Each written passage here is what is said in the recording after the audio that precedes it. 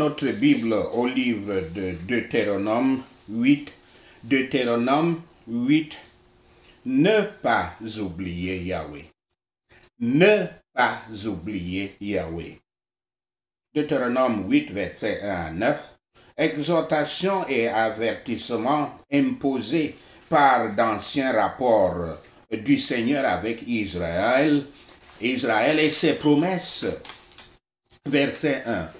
Dans ce chapitre de Deutéronome, Moïse avertit le peuple de Dieu de la facilité avec laquelle ils peuvent oublier Yahweh et ses grands bienfaits pour eux. Il les exhorte à veiller à ne pas le faire, mais à se souvenir du Seigneur et de tout ce qu'il a fait. Versets 2 à 5. Cette génération a beaucoup à se rappeler. Ils ont tout juste terminé de longues années dans le désert, ce qui était nécessaire après tout, seulement parce que leurs parents étaient révoltés contre le Seigneur et avaient incrédulement refusé de faire confiance à sa promesse de les établir en Canaan en triomphe. Même comme il les avait si miraculeusement et triomphalement sortis de l'esclavage en Égypte. Ils devraient également se rappeler combien de fois ils avaient testé Yahweh et s'étaient plaints contre lui et comment néanmoins il avait patiemment et généreusement répondu à leurs besoins avec la manne, les vêtements et de la discipline paternelle. Versets 6 à 9. Moïse rappelle que la réponse appropriée à ce que Dieu avait fait est de lui obéir, marcher avec lui et lui donner révérence. Et les bénédictions de Dieu ne sont pas simplement partie de l'histoire d'Israël. En ce moment, Dieu était en train de mettre Israël dans une bonne terre, la leur propre. L'obéissance doit être trois choses. 1. L'attention, prendre soin de faire. Deuxièmement, universel, obéir à tous les commandements. Troisièmement, dans un bon principe, avec un rapport à Dieu comme le Seigneur et leur Dieu, notre Dieu, et avec une sainte crainte de lui. Pour les engager à cette obéissance, Moïse les dirige à regarder en arrière. Il est bon de se rappeler toutes les façons à la fois de la providence et de la grâce de Yahweh par lesquelles il nous a menés à travers ce désert pour que nous puissions joyeusement le servir et lui faire confiance. Ils doivent se rappeler les détroits dans lesquels ils étaient parfois amenés pour mortifier leur orgueil et manifester leur perversité, de les éprouver afin que et d'autres puissent connaître tout ce qui était dans leur cœur, et que tous puissent voir que Dieu les a choisis pour rien en eux qui pourrait les recommander à sa faveur. Ils ne doivent pas oublier les dons miraculeux de la nourriture et des vêtements qui leur étaient accordés. Que les enfants de Dieu ne se méfient pas de leur Père, ni ne prennent un cours de péché pour la provision de leurs nécessités. D'une façon ou d'une autre, Dieu pourvoira pour eux au titre du droit et de la diligence honnête, et en vérité, ils doivent être nourris. Cela peut être appliqué spirituellement. La parole de Dieu est la nourriture de l'âme. Christ est la parole de Dieu. Par lui, nous vivons. Ils doivent également se rappeler les reproches sous lesquels ils avaient été et non sans nécessité. Nous devrions faire de toutes nos afflictions cette utilisation. Par elles, soyons vivifiés à notre devoir. Moïse les dirige également à regarder de l'avant vers Canaan. Regardez de quelle manière nous allons. À la fois regarder en arrière et regarder en avant au pays de Canaan. Regardez de quelle manière nous allons. À la fois regarder en arrière et regarder en avant. Nous fournira des arguments pour l'obéissance. Moïse a vu dans ce pays un type de pays meilleur. L'Église évangélique est le Canaan du Nouveau Testament, arrosé par l'Esprit Saint dans ses dons et grâces, planté d'arbres de justice, portant les fruits de la droiture. Le ciel est la bonne terre, dans laquelle rien ne manque, et où se trouve la plénitude de la joie. Ce que nous avons dans le monde, nous devons y reconnaître la propriété de Dieu et en disposer comme devant lui, avec justice et charité, et dépendance sur la providence. La Canaan céleste nous est décrite dans les Écritures et il y a en elle des demeures et des portions suffisantes pour l'Israël spirituel de Dieu, comme cela est dit dans Jean 14, versets 1 à 3. Christ est notre Josué, comme nous le voyons dans Josué 18, verset 6. Christ est notre Josué qui divise la terre pour nous, qui répartit la terre pour nous. Sur lui, nous devons assister, sur lui, nous devons assister, et à lui, nous devons demander un héritage avec les saints dans la lumière. Car la nouvelle Canaan, la Canaan du Nouveau Testament, est l'évangile du Canaan, le corps du Christ, le royaume de Dieu sur la terre, comme cela est dit dans Jean 17, versets 2 à 3. Deutéronome 8, versets 10 à 20, exhortation et avertissement encore appliqués, versets 10 à 14. Il semble que les bénédictions de Yahweh, des bénédictions de prospérité, viennent avec leur propre tentation, deux principales: devenir orgueilleux ou oublier Yahweh. Et oublier Yahweh. Ils viennent même souvent à deux, tous les deux. Versets 15 à 18, pour souligner son point, Moïse rappelle encore ce que Dieu a fait et ce que Israël doit retenir. Toutes les promesses de Dieu s'étaient avérées vraies. Toute la sécurité qu'Israël avait vécue était selon la parole de Dieu.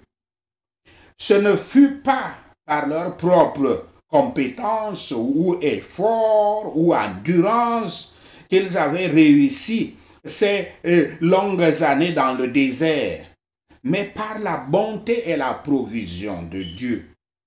Tout cela était frais dans leur esprit, comme ils étaient assis solidement sur la rive orientale du Jourdain, prêts à traverser et posséder la terre promise.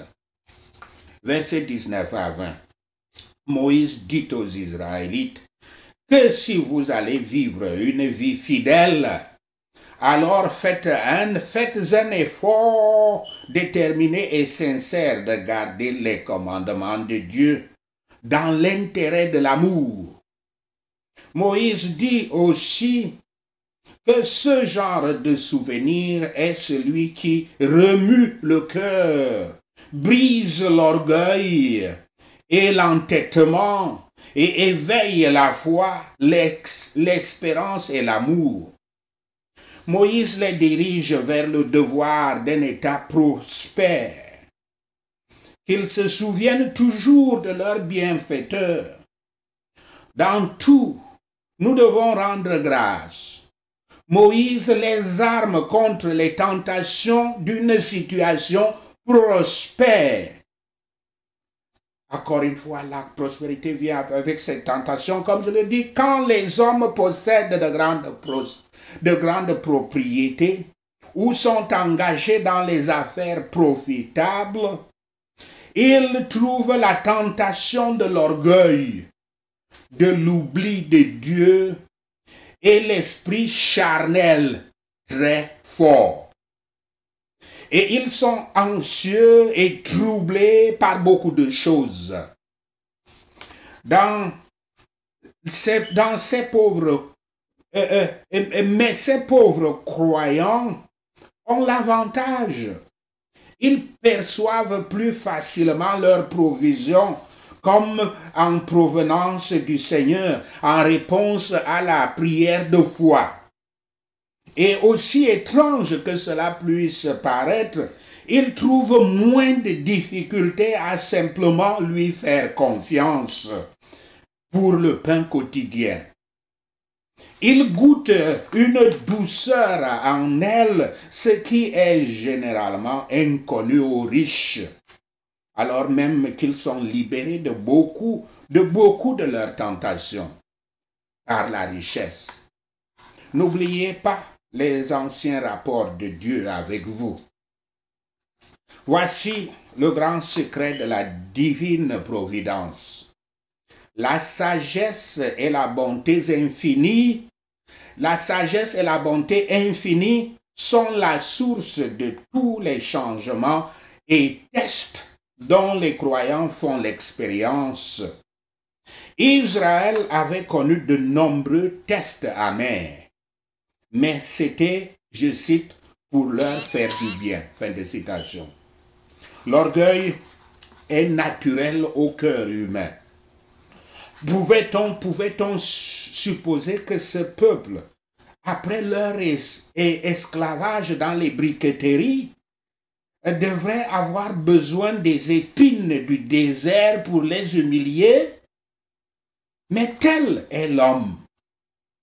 Et ils ont prouvé qu'ils pouvaient être humiliés.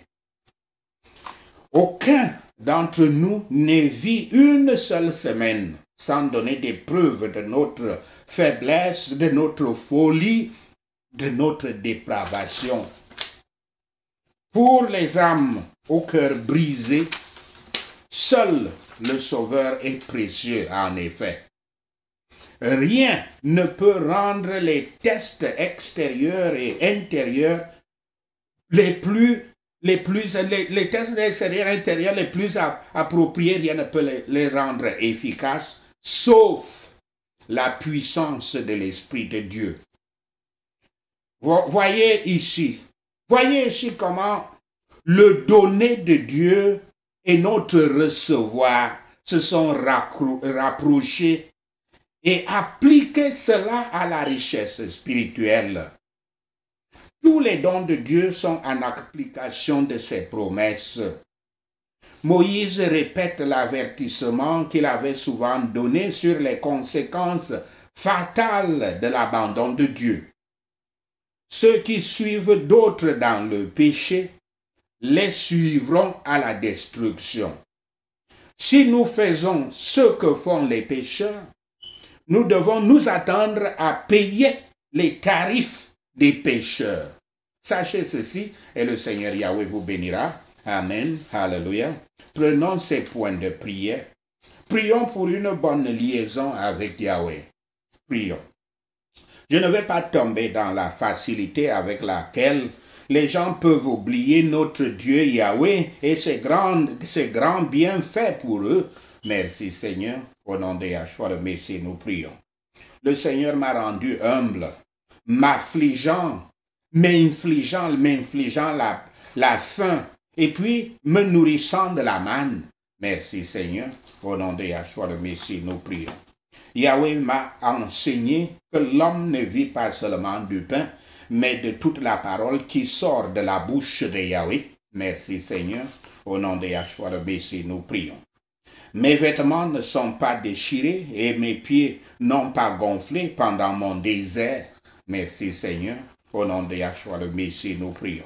Je sais alors dans mon cœur que comme un homme châtie son enfant, ainsi Yahweh, mon Dieu, me châtie. Merci Seigneur. Au nom de Yahshua le Messie, nous prions. Je vais observer les commandements de Yahweh, mon Dieu, marchant dans l'obéissance à lui et le révérant. Merci Seigneur. Au nom de Yahshua le Messie, nous prions. Car Yahweh, mon Dieu, me conduit dans un bon pays, une bonne terre avec des ruisseaux, des flots, des fontaines profondes, jaillissant dans les vallées et les collines. Merci Seigneur. Au nom de Yahshua le Messie, nous prions. Yahweh mon Dieu me fait entrer dans un terrain avec du blé et de l'orge, des vignes et des figuiers et des grenadiers, de l'huile d'olive et du miel. Merci Seigneur. Au nom de Yahshua le Messie, nous prions. Yahweh mon Dieu me fait entrer dans un pays où le pain ne sera pas rare et je ne manquerai de rien. Merci Seigneur. Au nom de Yahshua le Messie, nous prions. Yahweh mon Dieu me fait entrer dans un pays où les roches sont du fer et vous pouvez creuser le cuivre dans les collines. Merci Seigneur. Au nom de Yahshua le Messie, nous prions. Quand j'aurai mangé et je suis satisfait, je louerai Yahweh mon Dieu pour le bon pays qu'il m'a donné. Je vais être prudent de ne pas oublier l'Éternel. Merci Seigneur. Au nom de Yahshua le Messie, nous prions. Père Yahweh, je ne manquerai pas d'observer tes commandements, tes lois et tes décrets. Merci Seigneur. Au nom de Yahshua le Messie, nous prions. Sinon, quand je mange et je suis répu, quand je construis les bonnes maisons et m'y installe, après mon cœur deviendrait orgueilleux. Merci Seigneur. Au nom de Yahshua le Messie, nous prions. Sinon, quand mes troupeaux grossissent et mon argent et mon or augmentent et tout ce que je possède est démultiplié, après je vais oublier Yahweh mon Dieu qui m'a fait sortir de la terre de l'esclavage. Merci Seigneur. Au nom de Yahshua le Messie, nous prions.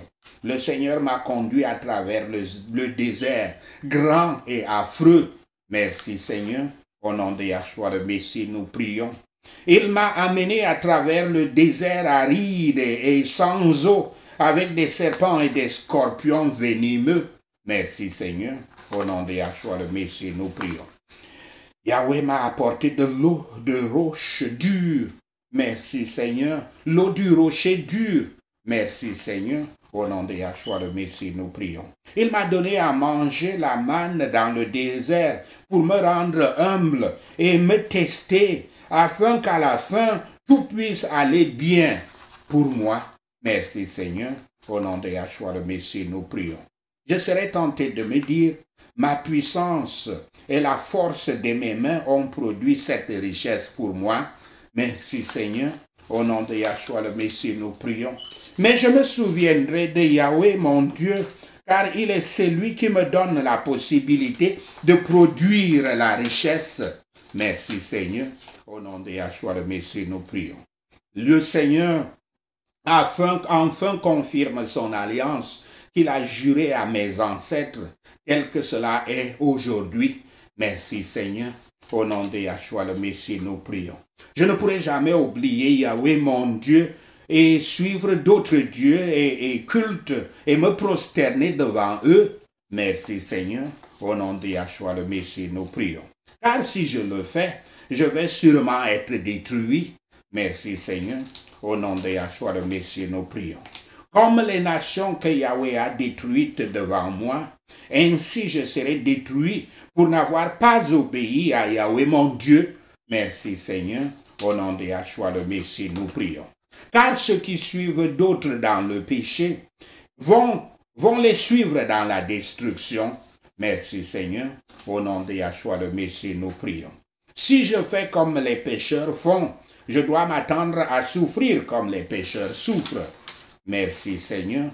Au nom de Yahshua le Messie, nous prions.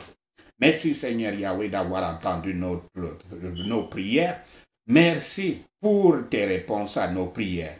Seigneur, nous te rendons gloire, nous te louons, nous t'adorons, nous te glorifions. Au nom de Yahshua le Messie, nous prions. Amen. Hallelujah.